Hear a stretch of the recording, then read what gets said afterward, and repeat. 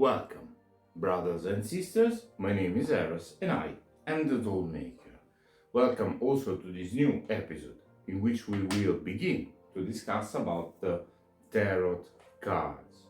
Of course, since you're here, I'm guessing that the majority of you already knows the tarots as they are today, but they were not always made in the same way as we know them today. So let's begin with a very brief history of the tarots. The tarot cards, are born in Italy halfway through the 15th century, but they were used as a card game, an actual game, and not necessarily as a divinatory system. Now, we do not know the exact evolution of the game, but when we find traces of the decks, we find that they were usually composed of 78 cards. 4 traditional suites of 10 cards numbered 1 to 10 of 4 different seeds. 4 figure cards for every suite. Figure cards are what today we call court cards, composed of page, of course, knights, queen, and king, plus 22 cards numbered from 1 to 22 and not from 0 to 21 like we do today. But at the same time, in the same time frame, in Italy, we find decks that had less cards, often reducing the cards, the numbered cards, going from 1 to 10 in favor of figure cards or court cards, as we call them today. Or in different regions and in different places, we find decks composed of more cards, often in the south of Italy, at least in Italy, usually increasing the number of triumphs or major arcanas, as we call them today. At this point, even though we have no actual proof, the tarots were probably already used for divination, not in a canonical way, not in the way we do divination today, but our ancestors and our wise women were used to the practice of divination through cartomancy, through reading standard playing cards, in a more, of course, intuitive way, or in a way traditional to the family or to the tradition they were studying in. So probably they were already used for divination, because of course at the time we had to use anything we could get our hands on. So we can guess that they were already used for divination, at least in a sense. But the game of tarots has then had a diffusion around Europe, especially in the south of Europe, until we find traces in the 18th century in France of a codification of the tarots, used as a means of study of esoterical and occult knowledge and occult practices, which of course includes divination. At this point, surely they were also used for divination, for divinational practices.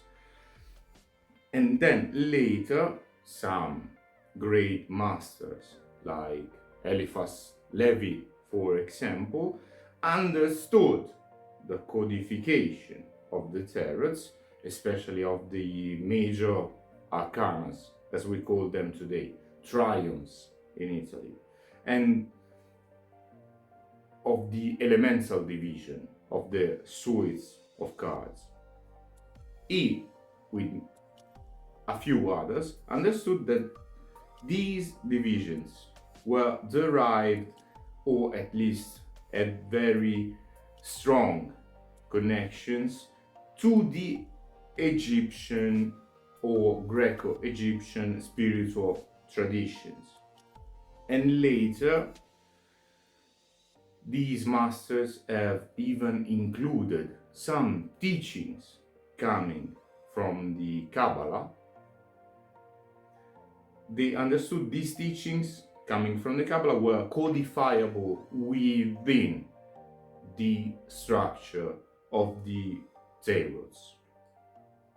Because, of course, the Kabbalah comes from the Hebrew tradition, from the Hebrew culture. So, the Hebrew culture has, of course, historically strong connection to the Egyptian culture and tradition.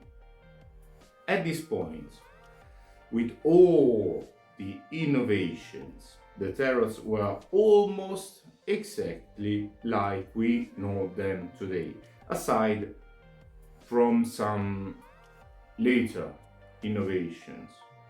For example, the innovations that were introduced in position switches, in position changes within some cards, especially in the major arcanas, or in the names of a few major arcanas. These changes were added in a later moment from modern magicians, in particular Aleister Crowley. Now, this was a very brief rant on the history of the tarots, but of course, to at least try to keep this video entertaining, I can't go on as deep as I want. So I encourage you to research if you want to learn more about the history of the tarots.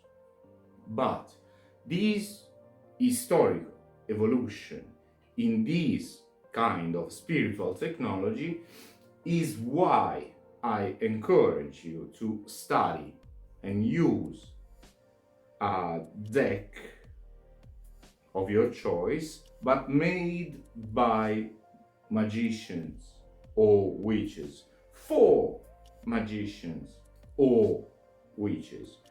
Because, of course, you want to use the best tool you can get your hands on, and also you want to use a tool that allows for an in-depth study of symbology going forward. For example, here with me I have a Rider-Waite deck of tarots, hope you can see that, which is very, very traditional, amazing for divinational practice. But also you may want to refer to the Tot Tarot deck. Hope it's clear. It's an extremely efficient deck with amazing symbology, again, just like the Rider-Waite, made from a magician for a magician. But you may want to use the Visconti Sforza deck that I do not have here with me, or the Marseille, what we in Italy call the Marsigliesi deck, that are coming from different traditions. Or you may even want to use decks tarot decks that you are particularly connected with. For example, I have my grandmother's deck here with me, or you may even want to go further into modern tradition, and here with me I have the Master Fabio Listrani's deck, the Midnight Sun, one of the many decks he proposed to the public. Now, of course, if you're watching this, Master Fabio Listrani, this deck has been with me all around the world, so please don't be too angry with me if the cover is a little ruined. It's an amazing piece of art, but also, again, just like we said before, a deck made by a magician for a magician.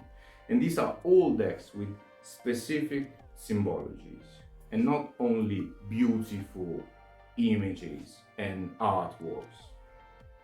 Now, traditionally, when you get a deck, the deck is gifted, often as a family tradition, just like in my case, or as a tradition of passing the decks from master to students. But of course, if you are beginning to study right now, you can exchange the decks as a gift from one student to another, for example, or you can request them as a gift. Or, of course, if your ends are forced, you can gift the deck to yourself if you are completely alone in your practice. You have my blessing in this case. I know how it feels when you are completely alone in your study. Of course, by the practice of gifting a deck, I refer to decks that you want to actually use in your practice. If you want to just collect decks for their artistical value, feel free to do whatever you want. Once you have obtained your deck, you want to proceed with a purification of the deck. I do recommend the fumigation with incense and a visualization like we always do. So, while being concentrated with your deck in your hands, you are going to visualize a bright blue or white light above you, coming from the depth of the universe, and this light is shining upon you. You are going to contain this light and project this light inside of the deck to purify the deck itself, dispersing all the residues and all the dark shadows, while the deck is filling with the light coming from within yourself. Then, of course, we are going to proceed with a consecration. Again, you may want to use incense. You are going to use the same visualization, but together with the light, you are going to imprint your will and your necessities of having straightforward, clear lectures from the deck and using the deck. At this point, you got a deck at ready, but you still need, at least in my experience, at least as a recommendation, I do recommend you to spend time with your tarot, with your deck, like you spend time with a friend. And I do recommend to spend time with your tarot periodically for best results. This is, of course, something we do to overcharge our practice. For example, I do sleep with my desk at the side of where I sleep. Just as an example. Now, in the next episode, in the next lesson, we are going to learn how to begin reading your tarots. So, I hope I will see you there when you spend some time with your deck. Of course, in the meantime, as always, I deeply thank you for your kind attention, and may eternal light shine upon you.